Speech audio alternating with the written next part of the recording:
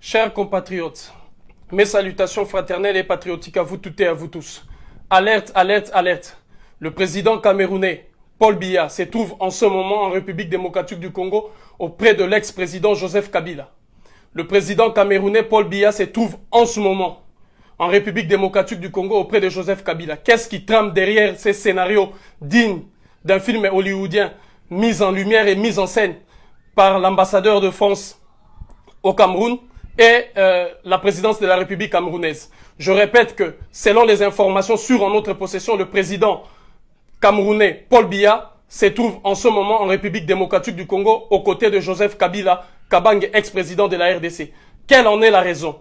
Quitte à tout un chacun aujourd'hui de pouvoir s'y mettre dans la recherche de cette information. Je rappelle qu'il y a quelques mois passés, près de 144 passagers sont venus de la France à bord d'un avion Air France et qui se sont disséminés au sein de la population. Ils étaient tous porteurs du virus, porteurs du coronavirus. 144 passagers français venus à bord d'un avion Air France. Nous sommes en train de travailler pour avoir ces informations. Je pense que c'est une information qui avait circulé. Et je viens aujourd'hui tirer la sonnette d'alarme que la République démocratique du Congo et le Cameroun est en danger. Justement, à partir du Cameroun et de la République démocratique du Congo, il y a des produits qui sont acheminés, étiquetés l'UNICEF. L'UNICEF est en train aujourd'hui d'envoyer des dépêchés, si vous voulez, de ce qu'ils appellent des kits sanitaires auprès du peuple camerounais et congolais. C'est rentré par le port de Douala et c'est venu par avion justement en République démocratique du Congo. Alors j'en appelle encore à une forte vigilance. C'était la première information que je suis venu vous apporter, que le président camerounais Paul Biya se trouverait en ce moment auprès du président congolais l'ex-président congolais Joseph Kabila. Et pourquoi cette mise en scène? Pourquoi ces scénarios qui a été mis en théâtre par justement les autorités françaises et les autorités camerounaises? Quitte à tout un chacun aujourd'hui de pouvoir s'y mettre pour pouvoir dénicher la vraie et la véritable information. Mes chers compatriotes, je fais cette vidéo pour vous apporter 4 informations capitales. Il y a notamment la question du président camerounais Paul Biya qui s'est ouvert en ce moment aux côtés du président congolais Joseph Kabila. En deuxième, il y a l'histoire de la France, notamment de déclarations récentes du président français, mais avec les enjeux et ce qui est important que peut-être vous laissez passer. Et troisièmement, c'est une histoire notamment de Gavi, une forme d'association justement spécialisée en matière de vaccins et tout consort, qui est la plaque tournante par laquelle vont passer tous les vaccins qui vont être justement acheminés dans plusieurs pays africains et dans plusieurs pays, certains pays du monde. Et enfin, il y a l'histoire d'une histoire financière par rapport à une loi qui prépare justement la mise en place d'une dictature internationale, parce que vous n'êtes sans ignorer que les 5 pays membres permanents du Conseil de sécurité de l'Organisation des Nations Unies vont se réunir. Se réunir pourquoi? Justement pour pouvoir faire passer ces lois qui vont accréditer, si vous voulez, légitimer une dictature militaire sur la planète, sur ces pays-là qui sont notamment membres permanents du Conseil de sécurité et qui, bien évidemment, vont l'élargir avec leurs alliés et leurs partenaires habituels, qui vont mettre en place justement ces dictats par rapport aux vaccins et des nouvelles lois qui met le socle de la chose, c'est la mise en place d'une dictature militaire. Alors j'en viens sur ce qu'en étaient les déclarations du président de la République française. D'abord sur la question de la dette, je ne m'attarderai pas dessus parce que le camarade président Thomas Sankara avait déjà répondu sur cette question de la dette. Tout dirigeant africain qui accepte que l'Afrique est endetté vis-à-vis de l'Europe mérite d'être pendu sur la place publique. Et tout intellectuel qui viendra avec des jargons inutiles et insensés à faire admettre aux Africains que réellement nous sommes en dette, nous sommes endettés vis-à-vis des pays européens, je pense que mérite justement d'être enterré sur le marché, sur la place publique. D'être enterré vivant, je précise. Alors, mes chers compatriotes, si j'en viens aujourd'hui par rapport à la déclaration du président français, il part d'une stratégie de déconfinement le 11 mai. Là n'est pas le problème. Mais le problème, c'est que le 11 mai, qui seront à l'extérieur? Le 11 mai, qu'est-ce qui va se passer? On parle d'une rentrée progressive des élèves. D'une rentrée progressive des élèves, de quels élèves s'agit-il? Il a été clairement spécifié par le président français, par le premier ministre français, par le ministre français de l'Éducation, même de la Santé, que ce sont des enfants de quartiers dits entre guillemets défavorisés. Un président de la République est en train d'insulter toute une grande partie de la population immigrée et tout le monde s'est tué. Personne n'est réagi. Parce qu'on fait allusion que du fait que les enfants venus de l'immigration ou des quartiers dits favorisés sont restés chez eux, donc leurs parents sont incapables de prendre en charge l'éducation de ces enfants, ni téter l'école. C'est ça le message qui est caché derrière. Ni téter la présence de l'école, les parents africains d'origine africaine ne sont pas capables de prendre en charge l'éducation de leurs enfants. Bien évidemment, on va créer des astuces qui semblent être normales et audibles à vos oreilles, mais en réalité, c'est une insulte gravissime adressée à ces parents pour justement pousser leurs enfants d'aller là. Parce que quand ces enfants iront dans ces écoles, ces enfants sont justement de porteurs sains. Et en tant que porteurs sains, ces enfants vont transmettre ça à leurs parents. Quel est le danger? Sur la première ligne de cette lutte contre le coronavirus, qu'est-ce que nous avions remarqué? Les aides-soignantes, les aides-soignants, les infirmières, le personnel de santé, le personnel médical qui ont été mis sur la première ligne d'origine africaine et qui sont en train de mourir en masse. Segundo, sur la deuxième ligne ont été mis tous les Africains et les immigrés d'origine immigrée et africaine qui travaillent aujourd'hui dans la grande distribution, caissières, agents de sécurité, agents de ménage, agents d'entretien, dans les gares d'ici et là, dans les administrations. Ils ont été mis, eux, sur la deuxième ligne. Et sur la troisième ligne, Emmanuel Macron veut mettre maintenant les enfants des immigrés. Parce que ce sont les enfants des quartiers défavorisés. Comme je disais ici en France, ils ont fait le choix entre qui vivrait et qui va vivre et qui va mourir. Entre le riche et les pauvres, entre le moins âgé et le plus âgé. Et Bill Gates les démontre, notamment aussi le président américain, Donald Trump l'a démontré. Il est en train aujourd'hui de démontrer devant la face du monde ce que nous avions crié depuis le début, que c'est pour réduire drastiquement une grande partie de la population mondiale et en particulier les Africains. C'est la démographie africaine qui pose problème. Or, quand on parle de la démographie africaine, ce sont les Africains américains, ce sont les Africains dits français ou de la Martinique et Guadeloupe, c'est-à-dire d'outre-mer. Ce sont les Africains qui sont en Afrique, ce sont les Africains qui sont en Amérique latine, en Équateur, en Colombie, au Brésil. Ce sont ces Africains-là qui sont visés, notamment en Asie. Raison pourquoi la Chine a commencé de démontrer aussi sa supériorité vis-à-vis des Noirs, parce qu'on n'est que puissant lorsqu'on arrive à massacrer, à écraser et à traîner derrière soit dans sa diplomatie, soit dans son économie ou dans sa politique commerciale, une grande partie des Noirs et des Africains. Donc voilà ce qui en est de la vérité aujourd'hui, que le gouvernement français va mettre à porte-à-faux les enfants d'origine noire africaine, les enfants d'origine immigrée, parce que leurs parents ont déjà payé les prix avec la mise en place sur la première ligne des aides-soignantes, des infirmières, sans masque de protection, sans possibilité de se faire dépister après le service. Et aujourd'hui, on va les réitérer. C'est pourquoi je lance un appel solennel à tous les parents d'origine immigrée, à tous les parents africains en France et en Île-de-France, de veiller à ce que ces 11 mai, vos enfants ne sortent pas, que ce soit vous qui vous présentez devant les écoles pour vous assurer justement qu'il y aura une politique de dépistage, qu'il y aura une politique de protection, qu'il y aura une politique de distribution de masques chaque 4 heures, qu'il y aura une politique des mécanismes drastiques de santé et de sécurité qui seront mis en place pour vous protéger. Parce que si vos enfants arrivent à choper ça, et vous allez rentrer dans le monde du travail, allez travailler dans un contexte qui est notamment très dangereux, dans un contexte qui va bousculer une grande partie et une majorité, si vous voulez, des populations d'origine noire et africaine. Alors c'est pourquoi j'en appelle le 11 mai à ce déconfinement solidaire, pour que tout le monde, le 11 mai là, soit devant les écoles. Les parents d'origine africaine, les parents d'origine immigrée, soyez devant les écoles de vos enfants pour que vous vérifiez exactement les mécanismes qui seront mis en place par l'État français, les dispositions de sécurité, les dispositions sanitaires. Non seulement faire des tests et des dépistages, mais des tests et des dépistages efficaces. Non seulement distribuer de masques, mais distribuer de masques chaque 4 heures ou chaque 3 heures et de masques qui sont censés protéger. Mes chers amis, j'en viens à la troisième information capitale. Cette troisième information, je cite le nom. Ngozi Okonjo-Iweala. Ngozi Okonjo-Iweala. C'est une femme nigérienne qui est présidente du conseil d'administration de Gavi. Alors, c'est quoi Gavi? Gavi, comme vous le connaissez, c'est justement cette association à laquelle je faisais allusion. Gavi, Global Alliance for Vaccine and Immunization. C'est-à-dire Gavi. Le siège se trouve en Suisse. Je donnerai le numéro justement en Suisse. C'est cette association-là, financée par qui? C'est une association d'abord qui reçoit l'expertise technique de l'OMS. C'est l'OMS en fait qui est derrière cette association. Deuxièmement, la puissance d'achat de cette association, c'est-à-dire le plus grand acheteur de ces vaccins, c'est l'UNICEF. Raison pourquoi, dès l'entrée de jeu, j'interpellais sur le produit marqué UNICEF distribué au Cameroun, en République démocratique du Congo et dans la plupart des pays africains avec l'étiquette de l'UNICEF. Les tests de vaccins se feront avec vos enfants à l'école, avec certaines personnes travaillant dans le milieu scolaire. Deuxièmement, il y a certains kits qui vont qualifier des kits hygiéniques ou des kits de protection qui seront distribués à vos enfants. Ça sera déjà des mécanismes par lesquels ils seront contaminés et vaccinés. Il y a bien évidemment des cartables, des kits scolaires aussi, qui ont été distribués à vos enfants durant toute cette période venant de l'UNICEF. Il faut que vous revoyez tout ce que l'UNICEF a dispatché et distribué jusqu'ici. Parce que c'est l'UNICEF qui a la puissance, si vous voulez, d'achat de ces vaccins-là auprès de l'association Gavi.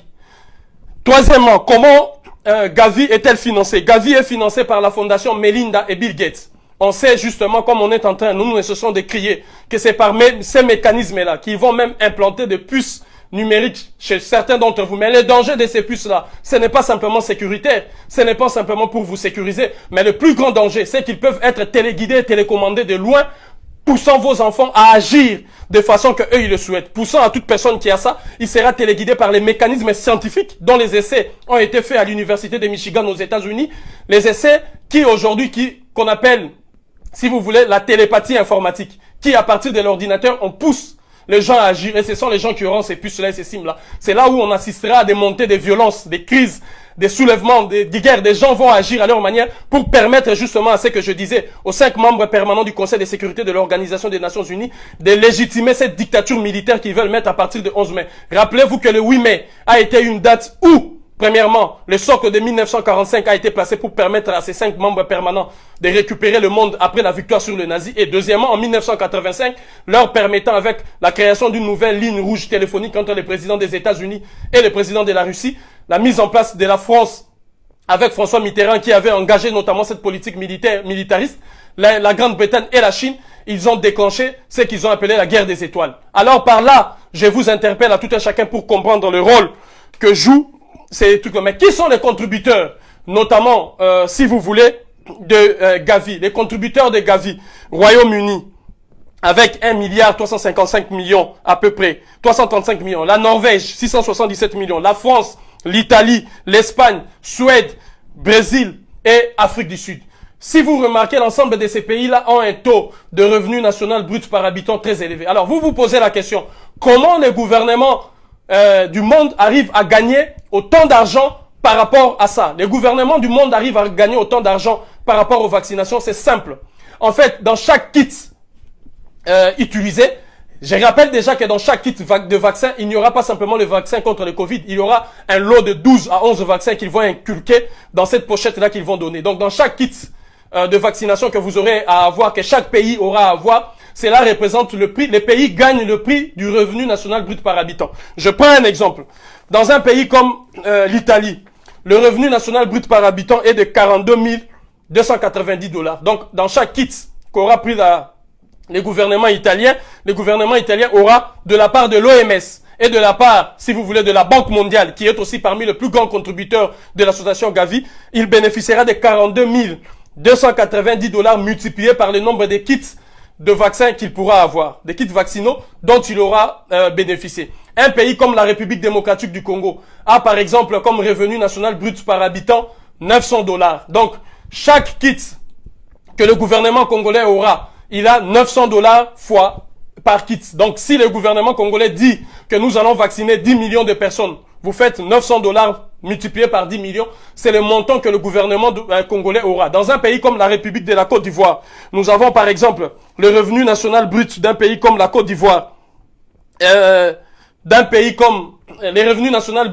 bruts d'un pays comme la Côte d'Ivoire, ça se situe approximativement vers le 5 000 et quelques $. Donc, dans chaque kit, le gouvernement ivoirien aura 5 000 $. Ce qui permet à ces gouvernements-là, à ces dirigeants-là, de s'acheter après des maisons, de s'enrichir, parce que cet argent-là, le peuple ne le verra jamais. Je rappelle que c'est depuis 2000 que l'association Gavi a commencé à s'occuper de cette politique des vaccins.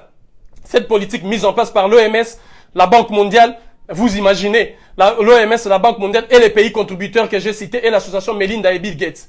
Et à partir de ça, un pays par exemple comme le Nigeria avec 5 710 $. Donc, vu le nombre des habitants du Nigeria et le nombre que le gouvernement estime, s'ils acceptaient le vaccin, chaque kit de vaccin rapportera au Nigeria 5 710 $, c'est-à-dire tenant compte du revenu national brut par habitant. L'Afrique du Sud qui est dans les 16 000.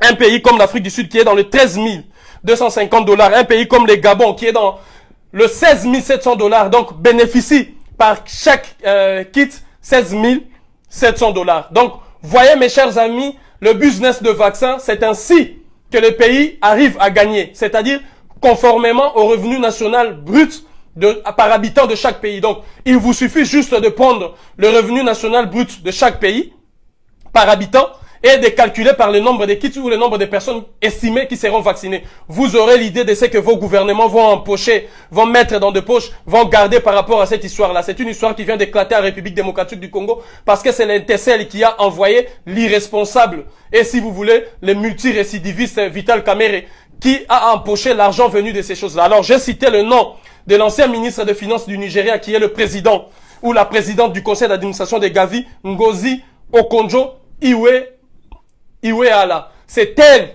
qui aujourd'hui a amené ces politiques de vaccins en Afrique. Alors, j'ai fini par vous donner, si vous voulez, je disais un pays comme la Côte d'Ivoire.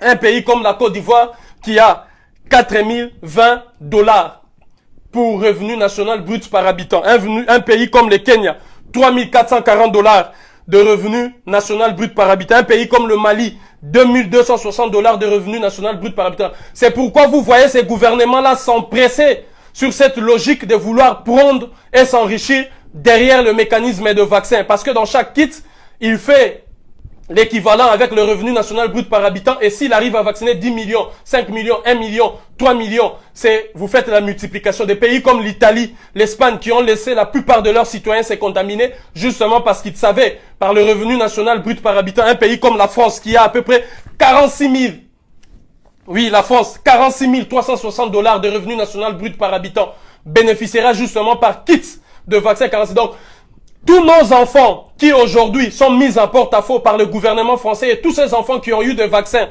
en France depuis les années 2000, sachez que le gouvernement français a empoché par enfant, par kit donc de vaccins, 46 360 $. Vos enfants, nos enfants ont servi justement à enrichir tous ces gens-là qui sont en train de nous maltraiter, tous ces gens qui sont en train de détruire systématiquement nos pays, de vous voler, vous les citoyens simples. D'abord, ils vous volent avec l'argent pillé systématiquement. D'où, dans chaque gouvernement, nous voyons aujourd'hui d'où les riches sont toujours plus privilégiés et les pauvres plus enfoncés dans le gouffre. Au-delà de ça, ce sont vos enfants qui leur permettent de s'enrichir encore plus. Dans un pays comme la France, vous avez remarqué qu'on a allié l'éducation à la santé. Un enfant ne peut aller à l'école s'il n'est pas vacciné. C'est une obligation qui oblige aujourd'hui les parents d'envoyer leurs enfants à l'école. Et la France gagne par enfant vacciné, disons par kit de vaccin, 46 360 $. C'est vos enfants qui permettent à la France de gagner. Les dirigeants, les hommes politiques, les femmes politiques françaises ne parleront pas de ça. Ils crieront les immigrés qui sont en train de venir piller leur pays, les immigrés qui sont en train de venir bénéficier de leur argent, des allocations euro-consorts. Or, ce sont les enfants immigrés qui servent aujourd'hui des chairs à canon et des cobayes pour que le gouvernement français arrive à empocher 46 360 $ par enfant vacciné. C'est ça le mécanisme qui est mis en place avec l'association Gavi, financée par la fondation Melinda et Bill Gates, financée par l'OMS, et dont le plus grand acheteur, c'est l'UNICEF. C'est la raison pour laquelle les pays ont imposé les vaccins aux enfants, parce que l'UNICEF, vous voyez, c'est l'éducation. Un enfant n'ira jamais à l'école s'il n'est pas vacciné, comme en France, comme ça deviendra maintenant obligatoire partout, avec la loi qui passera entre le 8 et le 11 mai. Cette loi, soyez prudents, qui justement va consacrer la dictature militaire dans tous les pays de la terre, permettant aux armées d'être en exécution de ce qu'ils vont obliger au pays. Alors voilà, mes chers amis, déjà les 3 informations capitales que j'ai voulu apporter à votre connaissance. Et dernièrement, c'est le BRRD. Le BRRD, il y a une loi qu'on appelle la loi, si vous voulez, une loi d'auto-financement. D'auto-renfoulement, disons, c'est les termes qu'il faut. Une loi d'auto-renfoulement qui est préconisée par les banques. Depuis 2015, cette loi a été votée sur l'échelon de l'Union européenne. Et en août 2017, cette loi a été votée en France. La loi est passée inaperçue. Ce qui donne aux banques le pouvoir de réquisitionner votre argent. Parce qu'il y a trois mécanismes justement. Lorsque une banque est en faillite, il y a trois mécanismes pour que la banque puisse tenir. Il recourt soit aux créanciers, il recourt soit aux prêts, c'est-à-dire aux investisseurs et aux donateurs. Les donateurs n'y seront pas là parce que vous entendez parler de la crise. Il y aura une crise immense qu'ils vont déclencher eux-mêmes et qu'ils ont créé eux-mêmes pour justifier justement le hold-up financier, économique, politique qu'ils veulent opérer auprès des familles et des ménages. Je le répète, il n'y aura pas des donateurs. Deuxièmement, il n'y aura pas de créanciers parce que personne ne va leur encore prêter l'argent, d'autant plus que tous les riches vont pleurer par rapport aux mécanismes qui sont en train de se passer. Alors, il y a la troisième possibilité qui deviendra la première possibilité. C'est celle de l'auto-renfoulement. C'est-à-dire la banque va réquisitionner tous ceux qui sont considérés comme dépositaires de 100 000 $. Qui sont considérés comme dépositaires de 100 000 €? Disons parce que nous parlons en Europe. Nous parlons pour les Européens.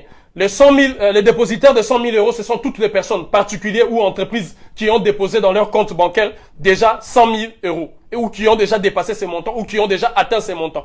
Même pas d'un coup, même de façon échelonnée. Si vous travaillez, vous êtes travailleur, vous avez déposé durant je dirais, une année, 10 000, 10 000, 10 000, 10 000, 10 000, 10 000, 10 000 dans votre compte, avec votre salaire, à la fin de l'année, vous avez sûrement atteint 100 000. Si pendant 2 ans, vous avez déposé 5 000, 5 000, 5 000, sûrement à la fin de l'année, vous aurez atteint cela.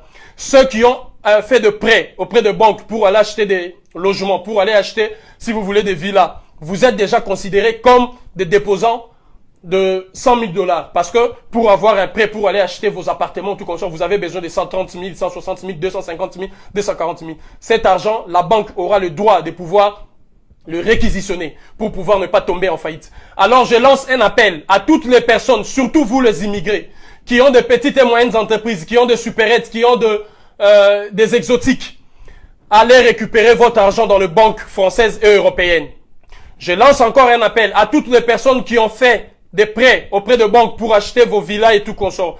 Allez déjà auprès de vos banquiers, auprès de vos banques, parce qu'ils vont vous mentir et vos conseillers vont vous mentir. Mais moi, je vous l'ai dit déjà, allez récupérer votre argent parce que ce qu'ils sont en train de mettre en place, vous n'avez pas vu la loi passer. Et cette loi, comme je vous l'ai dit, leur permettra de pouvoir réquisitionner l'argent de tous ceux qui sont considérés comme déposants de 100 000 $ dans leur compte bancaire.